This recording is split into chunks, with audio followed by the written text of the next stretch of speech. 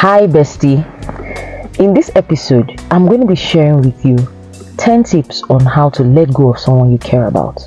Letting go of someone you care about, especially someone that is close to you, can be hard. Yes, I admit it can be hard, but when you realize that together you are toxic but apart you are lovely, you're a lovely person and the other person is a lovely person, it's very important to know how to move on from that relationship and move on to something that is more benefiting to both of you.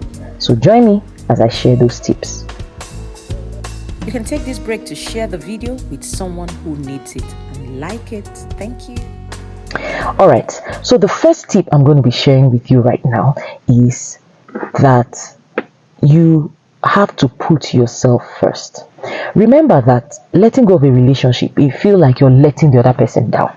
That's the truth. It feels that way. It feels overwhelming, and that's why I'm here sharing these tips with you, because you really need to know what to do and how to do it to favor yourself to some extent, at least help yourself, and in the long run actually help the person. Because if you are not a good version of yourself, or if you are less of yourself in the process of being with someone else, you're bringing less value to the table. I mean, an omelette made with 2 good eggs comes out better, but an omelette made with a bad egg, no matter how you try to salvage the situation, there is always going to be a problem. So the first thing that you have to do is put yourself first. That's the first tip.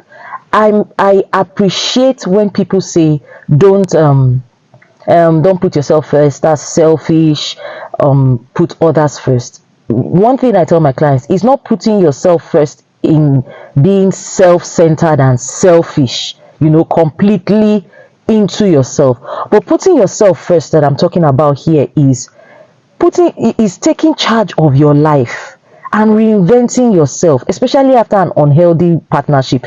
Don't jump into something else because there's that feeling that you can't be alone.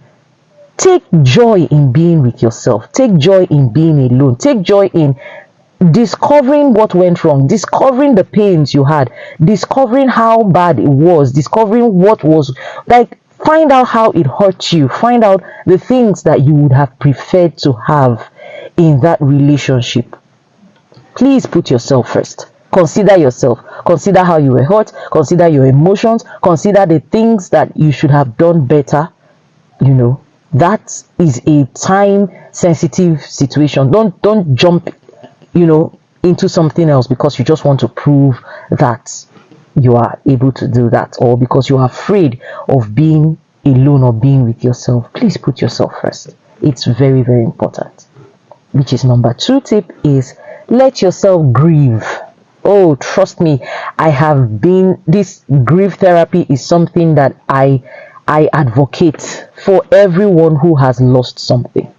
No matter what kind of lost a loved one to death, lost an item that is valuable to you, lost a relationship, please grieve. Grieve. There are different ways we grieve, but make sure you are grieving, and you are grieving the way that is suitable for you. Some people say, no, don't cry. If you cry, it's like you want it back. It doesn't mean that you want it back. You are grieving the loss of something. Grieve. Because your relationship has shaped a part of your identity. So losing a relationship that probably you've even built a lot on, you've laid a lot of foundation on, you put a lot of energy, a lot of time, a lot of emotions into, it's actually going to hurt because you have lost something. So grieve. Now it looks different for different people, and I'm going to be sharing with you in the description box how to grieve. There's a video I've done on that, and that's something I'll be sharing. So you just click the description and you see how to grieve.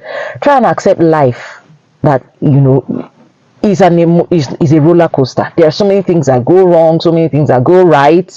Sometimes they go right at the wrong time. So many things just go wrong, but just grieve that process. Allow yourself to grieve. Take note of what is going on. Take note of what you have lost.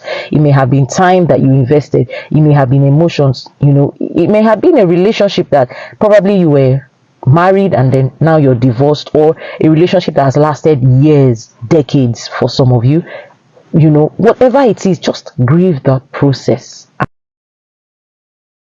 The third tip I'm going to share with you on how to move on is seek support. And that's what I'm doing for you here. Constantly, I'm here for you as a therapist. We're here to support you, Seek support. You're not alone. Find family, friends, other people that can support you through that process. If you're going through a heartbreak, lean on your friends, like I said, lean on your family. Likewise, there is professional help, and that's what we're here to do. Life coaches, mental health therapists, you know, relationship counselors. There are so many forms of support that you can get. It could even be support from family, friends. It could be just having time to hang out with people who bring joy back to your life. And so it's very, very important for you to understand that you must seek out support. Seeking support, seeking help does not make you less. It actually shows strength that you need help. The fourth tip I would like to share with you is to stay busy. Trust me. Those times you spent together, those times you used to talk together, those places you used to go together, that was time, that was energy that was put in. Don't shut down on that energy that you were already putting in. For example, the time you spent talking, the time you spent with each other. Get busy. There's something I always advocate for people. Get busy helping other people. In that process, you get a lot of strength to heal. So one thing you can do is, while you're avoiding a lot of things, another thing that is great, there are so many ways you can get busy. You can get busy writing, journaling, every single experience that you've had in a story you want to share. You can get busy making videos, is what I'm doing right now. You can get busy going through your self-care routine, your hobbies, those hobbies that you've always longed to pursue, that because of the relationship or probably something about that relationship that you couldn't pursue. That's a beautiful time to get busy. Learn a new skill. Get involved in something that is joy bringing. If there's a way to explain that. But whatever way you want to do it, get busy. That's the fourth tip. The fifth tip I want to share with you today is forgive. Forgive. Forgive. I wish I can shout it. Holding on to your anger and the stress and the anxiety, it can actually increase, a lot of other, disorders in your body. It could actually become psychosomatic in form that it moves from your mind and gets into your body. So please, depending on the circumstance, forgiveness can be powerful. Coping mechanisms, it can be powerful, and there are other coping mechanisms that can help you, but forgiveness is one of those strong tips that can help you. Forgive this person for their foolishness. Forgive them for what they did. Forgive them for even being who they are, or being who they are to you. Forgive them. You're not doing it actually for them. From a side that we're in, the person that is holding someone down is actually holding himself. That's a proverb that is used. When you forgive someone, you are choosing to let yourself go from all the hurt and all the emotions that came from it, all the pain. Doesn't necessarily mean that the person is going to go scot-free for the pain they caused you, but actually forgiveness actually gives you a wider opportunity to heal, because when you're holding on to the pain, you're holding on to the anger, you're holding on to the resentment, it actually increases your anxiety, it increases the low moods and sadness, and may lead to depression and so many other things. So forgive the person, and it doesn't necessarily mean that you have forgotten the hurt, that you have forgotten the pain, but it's a choice to let go. Good to know you're still listening. Let's check out the next tip. The sixth tip I want to share with you is learn from your mistakes. No one is perfect, including me, and including you, and including the person that hurt you. Be honest and evaluate how you contributed to the relationship, how you contributed to the pain, how you contribute. You see why it's necessary to focus on yourself, because if you are able to focus on yourself, you can be real with yourself to tell yourself, hey, I did this wrong here, I did that wrong. So learn from your mistakes. What did I do wrong? I was talking with a client recently, and she said that if she had known, I mean, the guy broke her heart, ran away into a relationship with someone she was working with, in the same office. I mean, they were working together. So in that situation, she said she would have known when she was seeing those signs, you see the benefit of knowing those signs ahead of time. She would have noticed it, but she felt, oh, this guy would never be able to do this to her. And she had so much of value she was bringing to the table.